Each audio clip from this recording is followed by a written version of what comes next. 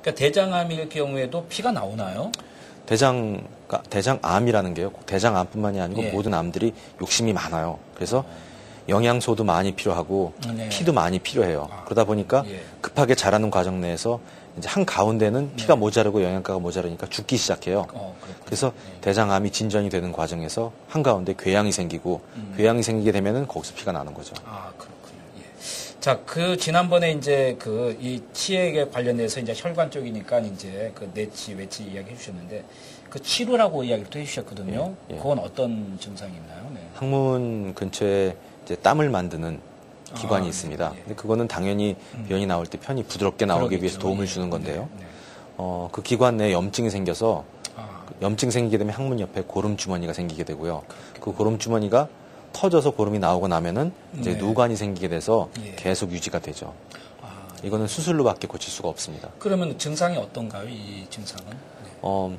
그래서 이제 뭐 항문 옆에 뭐가 생겼는데 아프다 오시면은 네. 그게 치핵일 수도 있고 네. 외치핵일 수도 있고 또 이런 종류의 고름일 수도 있고요. 이럴 때는 항생제를 빨리 스타트 하셔야 되고 또 그럴 경우에는 빨리 또 치루 수술도 하셔야 되고 그렇기 때문에 그런 염증이 있는 그런 거로 오셨을 때는 빨리 수술을 해서 우선 고름을 터뜨리고 그리고 항생제를 빨리 스타트 하셔야지 치루가 생길 확률이 줄어듭니다.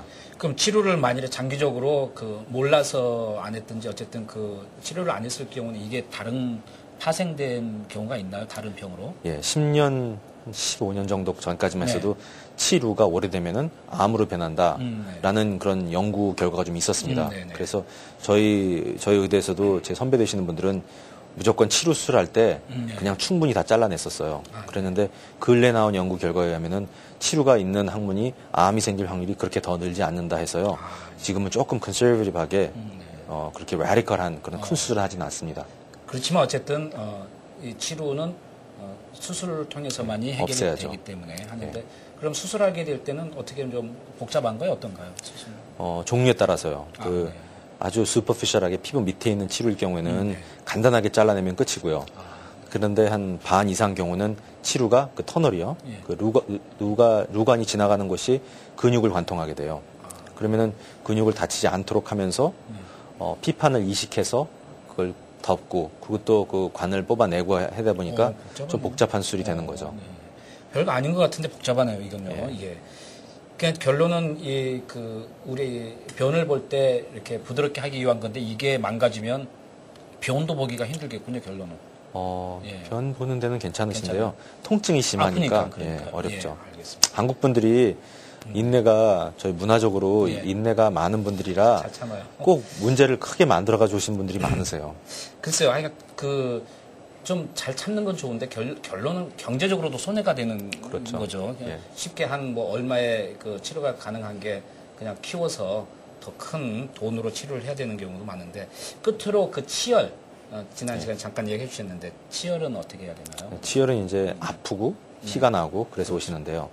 그것도 과연 치열인지 아니면 다른 문제인지 네. 피부 염증 같은 것도 있을 수 있고 예, 또 그렇죠. 요즘은 피부암 같은 것도 항문 쪽에 많이 생기곤 하기 때문에요.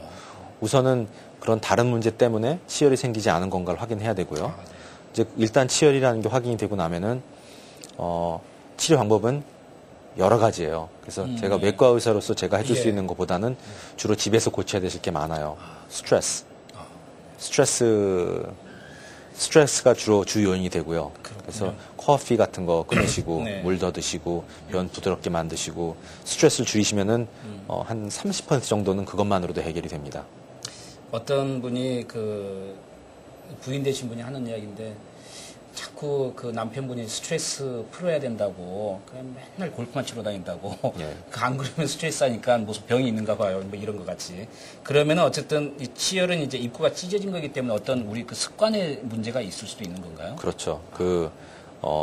변이 딱딱하고 네. 평소에 식사하실 때 수분이 모자르고 그리고 또 직업상 오래 앉아 계시고 또 이런 거를 젊은 이제 아가씨들이 걸려서 오시면은 부끄러워하시고 이런 고생을 뭐 수년 동안 하시고 찾아오시는데 현대인의 병이고 또 솔직히 공부를 많이 하고 또 오래 앉아 계시고 그런 현대인의 문제이기 때문에 그렇게 부끄러우실 거는 없어요. 예.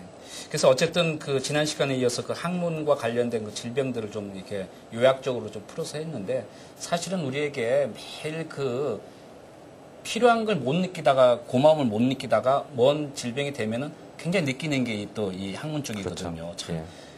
참, 배변을 잘 보시는 분이야 뭐 그게 어떤데 하겠지만 그렇지 못한 변비라든지 어쨌든 이런 질환 때문에 문제가 되신 분은 소원이 없다 그래요. 한번 시원하게 한번 그 배변 보는 거. 그래서 습관도 여러분 좀 고치셔야 되고 그럴 것 같습니다. 자, 그럼 다음 시간에 또 항문과 관련 또 대장 또 관련돼서 그 질병들 좀 이야기를 풀어보도록 하겠습니다. 자, 도움 말씀 감사합니다. 네, 감사합니다. 네, 지금까지 김상현 외과 전문의께서 도움 말씀 주셨습니다. 외과 정보 여러분 찾아뵐 시간이 있는데요. 다음 시간에 더 알찬 정보로 찾아뵙도록 하겠습니다. 건강하십시오. 감사합니다. 안녕히 계십시오.